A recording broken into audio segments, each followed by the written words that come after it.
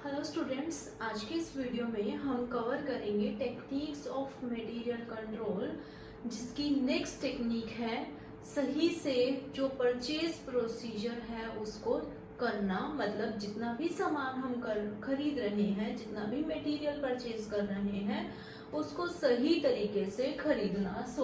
Proper purchase procedure अगर किसी भी डिपार्टमेंट में होगा, किसी भी ऑर्गेनाइजेशन में होगा, तो वहां पर मटेरियल के ऊपर कंट्रोल हो जाएगा। उसकी वेस्टेज कम होगी, इन्वेंट्री कम होगी, इन्वेंट्री में इन्वेस्टमेंट कम होगी, slow moving fast moving stocks को आइडेंटिफाई कर पाएंगे, अच्छी क्वालिटी के गुड्स हम खरीद पाएंगे। अभी हम देखते हैं परचेज प्रोसीजर। किसी भी ऑर्गेनाइजेशन में परचेज कैसे होता है मटेरियल का। तो जो परचेज है वो दो तरीकों से हो सकता है। एक होता है सेंट्रलाइज्ड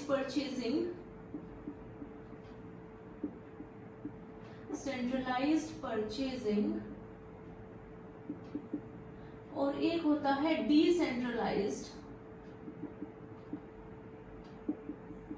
परचेजिंग। सेंट्रलाइज्ड परचेजिंग का मतलब है हमने एक अलग से डिपार्टमेंट बना दिया है, और वो डिपार्टमेंट, उस डिपार्टमेंट का काम क्या है, सिर्फ और सिर्फ परचेज करना। सिर्फ और सिर्फ जो मटेरियल है उसको परचेज करना। ये अलग से एक डिपार्टमेंट बना दिया, सिर्फ उसी के हाथ में है जितनी भी परचेजिंग होगी उस पर्टिकुलर ऑर्गेनाइजेशन की।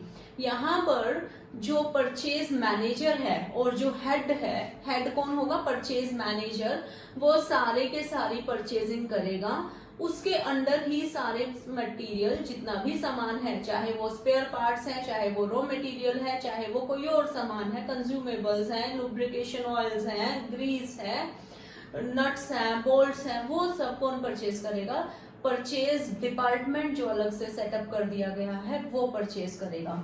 डिसेंट्रलाइज्ड परचेजिंग इससे बिल्कुल उल्टा होता है। जिस जिस डिपार्टमेंट को जिस जिस सामान की आवश्यकता है, जिस जिस सामान की जरूरत है, वो अपनी नीड्स के हिसाब से उस पर्टिकुलर सामान को खरीद सकता है। That is decentralized purchasing. मतलब एक पर्सन के हाथ में पावर नहीं है या एक डिपार्टमेंट के हाथ में पावर नहीं है। सेंट्रलाइज्ड परचेजिंग में क्या होता है, एक डिपार्टमेंट के हाथ में हमने कंसेंट्रेट कर दी है पावर्स को। लेकिन डिसेंट्रलाइज्ड में हो सकता है 10 डिपार्टमेंट है या 10 फैक्ट्रीज हैं, वो अपनी नीड्स के हिसाब से अपने सामान को मंगवा रही हैं।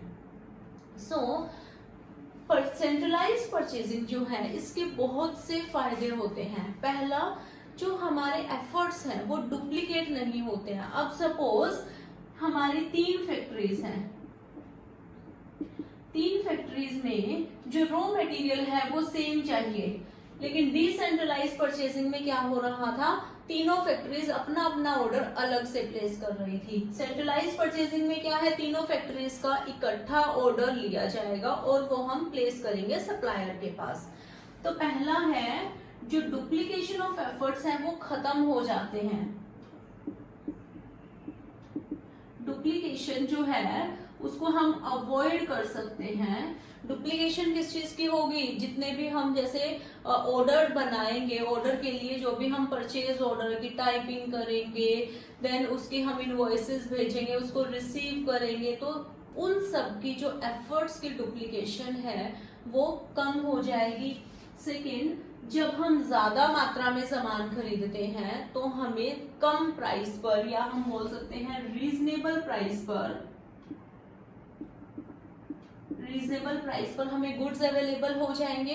एक तो मैं खरीद रही हूँ 1000 यूनिट्स और एक मैं खरीद रही हूँ 1,00,000 यूनिट्स, तो दोनों में फर्क है ना। मुझे वहां पर क्वांटिटी डिस्काउंट मिल जाएगा, तो रीजनेबल प्राइसेस मिल जाएंगे, रीजनेबल प्राइसेस पर प्रोडक्ट्स मिल जाएंगे हमें।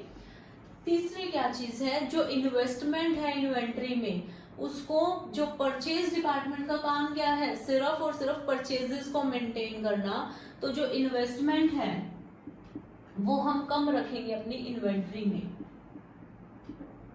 इन्वेस्टमेंट को लोअर डाउन कर देंगे। इन्वेस्टमेंट को अगर कम कर दिया तो ऑटोमेटिकली जो हमारा पैसा है वो हम किसी और चीज में हम उसको यूज कर सकते हैं, किसी और अपॉर्चुनिटी में हम उसको यूज कर सकते हैं जहां से हमें रिटर्न अच्छा मिले। इन्वेस्टमेंट कम हो जाएगी। फोर्थ, हमें रेगुलर सप्लाई मिलेगी सामान की, रेगुलर सप्लाई ऑफ मटेरियल, क्योंकि जब भी सामान मेरा रीऑर्डर लेवल पर जा रहा है तो परचेज डिपार्टमेंट जो है वो अलग अलग डिपार्टमेंट से अपनी रिक्विजिशन लेगा, अपने जितने भी इंडेंट्स हैं वो भेजेंगे और फिर हम नया ऑर्डर प्लेस कर देंगे। तो टाइमली हम ऑर्डर प्लेस कर देंगे। हम यहाँ पर सप्लायर के साथ अच्छे रिलेशंस मेंटेन कर पाते हैं। हम यहाँ पर क्वालिटी, जो गुड्स की क्वालिटी है, मटेरियल का जो क्वालिटी है उसको हम मेंटेन करके रख पाते हैं। लेकिन डिसेंट्रलाइज्ड परचेजिंग में कई बार क्या होता है, सपोज जो थर्ड फैक्ट्री है, फैक्ट्री ए, बी और सी फैक्ट्री का जो हेड है, जो यहाँ का प्रोडक्शन मैनेजर है, हो सकता है इसका कोई फ्रेंड है जो कि उस मटेरियल को सप्लाई कर रहा है, लेकिन वो मार्केट रेट से ज्यादा हमें रेट लगा रहा है। ये क्या करेगा, ये उससे ऑर्डर प्लेस कर देगा। लेकिन सेंट्रलाइज्ड परचेसिंग में क्या होगा, हम सभी जो सप्लायर्स हैं उनकी कोटेशंस को हम कंपेयर करेंगे और जो सबसे सही कोटेशन हमें लगेगी, सबसे कम रेट पर और अच्छी क्वालिटी का जो प्रोडक्ट सप्लाई करेगा, हम उसी को सिलेक्ट करेंगे। कई बार डिसेंट्रलाइज्ड परचेजिंग में अच्छी क्वालिटी नहीं आती है, या हम प्राइसेस ज्यादा पे कर देते हैं, या ओवर स्टॉकिंग और अंडर स्टॉकिंग की प्रॉब्लम हो जाती है। इसलिए जो बड़ी ऑर्गेनाइजेशंस हैं वो प्रेफर करती हैं कि एक अलग से डिपार्टमेंट सेटअप कर दिया जाए जो सेंट्रलाइज्ड, जिसमें परचेजिंग हो, जिसका नाम हो परचेज डिपार्टमेंट, और उसका जो हेड है परचेज मैनेजर, वो सारे के सारे परचेजेस करेगा। अब देखो परचेज डिपार्टमेंट के काम क्या होते हैं। परचेज डिपार्टमेंट जो है या परचेज मैनेजर जो है वो ये देखेगा कि क्या मंगवाना है, व्हाट, कब मंगवाना है, मतलब कितने दिन बाद ऑर्डर करना है, हाउ मच, क्वांटिटी हम डिफाइन करते हैं, मात्रा, कितनी मात्रा में सामान हमें मंगवाना है, फ्रॉम वेयर,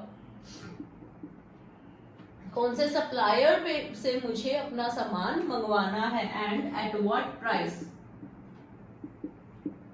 कितने मूल्य पर, कितनी कीमत होगी उस पर्टिकुलर मटेरियल की। तो ये सारे जो डिसीजंस हैं ये लेता है परचेज डिपार्टमेंट, या हम बोल सकते हैं परचेज मैनेजर, कि क्या हमें मंगवाना है, what should be ordered, when, कब ऑर्डर करना है, हाउ मच, कितनी क्वांटिटी में मंगवाना है सामान, फ्रॉम वेयर, कौन से सप्लायर से हमें अपना ऑर्डर, कौन से सप्लायर के पास ऑर्डर प्लेस करना है, एंड एट व्हाट प्राइस, कितने कीमत पर, कितना मूल्य होगा उस पर्टिकुलर प्रोडक्ट का, पर यूनिट प्राइस कितना होगा, और टोटल जो है वो हमें कितना उनको पे करना पड़ेगा। देन हम हमेशा ये ध्यान रखते हैं जब भी जो सप्लायर है उसको सिलेक्ट करते हुए कि डिलीवरी के टर्म्स क्या है, मेथड ऑफ जो पेमेंट है, पेमेंट का मोड क्या है, क्या वो हमें क्रेडिट दे रहा है, मतलब उधार पर सामान देना चाह रहा है या नहीं दे रहा, अगर उधार पर दे रहा है तो कितने समय के लिए दे रहा है,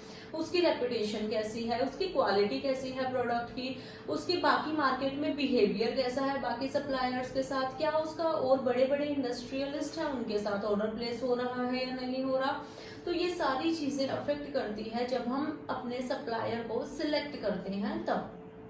अब हम करेंगे परचेज प्रोसीजर। क्या प्रोसीजर रहता है सामान को परचेज करने का इन सेंट्रलाइज्ड परचेजिंग।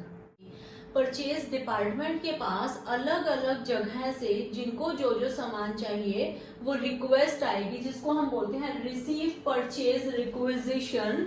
परचेज डिपार्टमेंट जो है उसके पास परचेज रिक्विजिशन आएगी अलग अलग डिपार्टमेंट से, अलग अलग जगहों से, अलग अलग फैक्ट्री से, कि हमें ये सामान चाहिए, इतनी क्वांटिटी का सामान चाहिए, इस क्वालिटी का होना चाहिए। तो ये एक फॉर्मल रिक्वेस्ट होती है जो परचेज डिपार्टमेंट के साथ की जाती है बाकी सारे जो अदर डिपार्टमेंट्स जिनको जो जो सामान चाहिए। वो रिसीव करने के बाद जो परचेज डिपार्टमेंट है वो एक्सप्लोर करता है, वो ढूंढता है सप्लायर को, सप्लाई कहाँ से आएगी, और सिलेक्ट करता है सप्लायर को। वो कोटेशंस मंगवाता है, टेंडर इशू करता है, एक कंपैरेटिव स्टेटमेंट बनाई जाती है। कंपैरेटिव स्टेटमेंट क्या होती है? मान लो 5 सप्लायर ने हमारे पास कोटेशंस भेज दी है, तो पांचों की हम टर्म्स एंड कंडीशंस देखेंगे, वो कितनी क्वांटिटी भेज रहे हैं, किस टाइम पर भेज रहे हैं, किस प्राइस पर भेज रहे हैं, किस क्वालिटी की भेज रहे हैं। उस बेसिस पर हम कंपैरिजन करेंगे और कंपैरिजन के बाद हम जो एप्रोप्रिएट सप्लायर होगा, जो बेस्ट सप्लायर होगा, उसको हम सिलेक्ट कर लेंगे। सेकंड जो स्टेप रहेगा वो होगा एक्सप्लोर करना, ढूंढना सप्लाई का सोर्स और सिलेक्ट करना सप्लायर को। नेक्स्ट आता है preparation and placing of order. अब ऑर्डर हमने प्रिपेयर कर दिया, हमने अपना सप्लायर है उसको सिलेक्ट कर लिया, अब हम उसके पास ऑर्डर प्लेस कर रहे हैं। तो जब भी हम ऑर्डर प्लेस करते हैं उसकी 5 कॉपीज बनती हैं। 5 कॉपीज बनती हैं। जो ओरिजिनल कॉपी है, फर्स्ट कॉपी जो है वो भेजी जाएगी हमारे सप्लायर के पास। एक कॉपी हम खुद रखेंगे उसकी, जो परचेज डिपार्टमेंट है। एक कॉपी अकाउंट्स डिपार्टमेंट को भेजी जाएगी। एक कॉपी हमारे जो रिसीविंग डिपार्टमेंट है, जो रिसीव करेगा सामान को जब जो सामान आएगा। और एक कॉपी भेजी जाएगी जहां से ये परचेज रिक्वेजिशन आई थी, जहां से ये रिक्वेस्ट आई थी। 5 कॉपीज बनाई जाती हैं। हम ऑर्डर प्लेस कर देते हैं, फॉर्मल ऑर्डर प्लेस होता है, एक कॉन्ट्रैक्ट बन जाता है सप्लायर और परचेज डिपार्टमेंट के बीच में। सप्लायर एग्री करता है कि इतनी तारीख को इतना सामान मैं पहुंचाऊंगा, और हम लोग एग्री करते हैं कि हाँ आप हमें सामान भिजवाइए और हम आपको जो भी हमारी टर्म्स ऑफ पेमेंट है उस दौरान हम आपको पेमेंट कर देंगे। नेक्स्ट आता है receiving end inspection of material. अब सप्लायर ने अपना सामान भेज दिया है हमें, तो जो रिसीविंग डिपार्टमेंट है, जो बड़ी ऑर्गेनाइजेशंस होती है, वहां पर एक अलग से डिपार्टमेंट बनाया जाता है जिसका काम क्या है, जो भी सामान आ रहा है उसको रिसीव करना। सिर्फ उसको रिसीव करना नहीं होता, उसको अनलोड करवाना। ट्रक्स में आया है उसको अनलोड करवाना, अनलोड करवाने के बाद अनपैक करना, अनपैक करने के बाद उनको देखना कि वो सही क्वांटिटी में है। कितनी क्वांटिटी है, क्या हमने जितनी क्वांटिटी में सामान मंगवाया था उतनी क्वांटिटी में आया है, या उससे कम आया है, या ज्यादा आया है, किस क्वालिटी का आया है। तो क्वालिटी के लिए इसकी इंस्पेक्शन होगी प्रॉपर। हम जो लैब्स बनाई होती है वहां पर कुछ सामान जाता है, सैंपल जाता है, और उस सैंपल के बेसिस पर हम उस सामान को एक्सेप्ट या रिजेक्ट करते हैं। हम यहाँ पर ये भी देखते हैं कि ट्रांसपोर्टेशन के दौरान कितना सामान डिस्ट्रॉय हो गया है, कितना सामान बच गया, कितना सामान खराब हो गया है, कोई डिफेक्टिव मटेरियल है, डिफेक्टेड मटेरियल आया है, कोई अगर रिसीव कर लिया है तो हम उसको वापस भेज देंगे। ये सारा काम होता है रिसीविंग डिपार्टमेंट का, जो रिसीव करता है और इंस्पेक्ट करता है। इंस्पेक्शन होती है मटेरियल की, जितना भी सामान आया है। नेक्स्ट जो है checking and passing the bill for payment. अब जो सेलर है, सेलर कौन हुआ, सप्लायर, सप्लायर ने बिल बनाकर भेज दिया। अब वो बिल को चेक किया जाएगा कि जितना हमने सामान रिसीव किया है क्या उसी क्वांटिटी का बनाया है, उससे ज्यादा का तो नहीं बना दिया, जो टर्म्स ऑफ पेमेंट थी उसी के अकॉर्डिंग बनाया है, या उससे कम या ज्यादा तो नहीं है, हमें डिस्काउंट कितना मिला है। चेक होगा बिल, और उसके बाद जब हम वेरीफाई कर लेंगे कि यस इतना सामान इतनी अमाउंट का बनता है और ये बिल बिल्कुल एक्यूरेट है, अर्थमेटिकल एक्यूरेसी चेक की जाती है, तो उसके बाद इसको पास कर दिया जाएगा और कैशियर को हम इंस्ट्रक्शंस दे देते हैं दैट यस ये जो बिल है ये ठीक है, बिल्कुल मतलब एक्यूरेट है, दोनों मैच हो रहे हैं, जितना हमने सामान रिसीव किया है और जितना इन्होंने बिल बनाकर भेजा है। और उसके बाद हम जो पेमेंट है उसकी प्रोसेसिंग स्टार्ट हो जाती है, और उसकी प्रोसेसिंग कौन करता है, कैशियर करता है। ये होता है परचेज प्रोसीजर। देखो सबसे पहले जो परचेज डिपार्टमेंट है उसके पास परचेज रिक्वेजिशंस आएंगी, परचेज की रिक्वेस्ट आएगी अलग अलग डिपार्टमेंट से।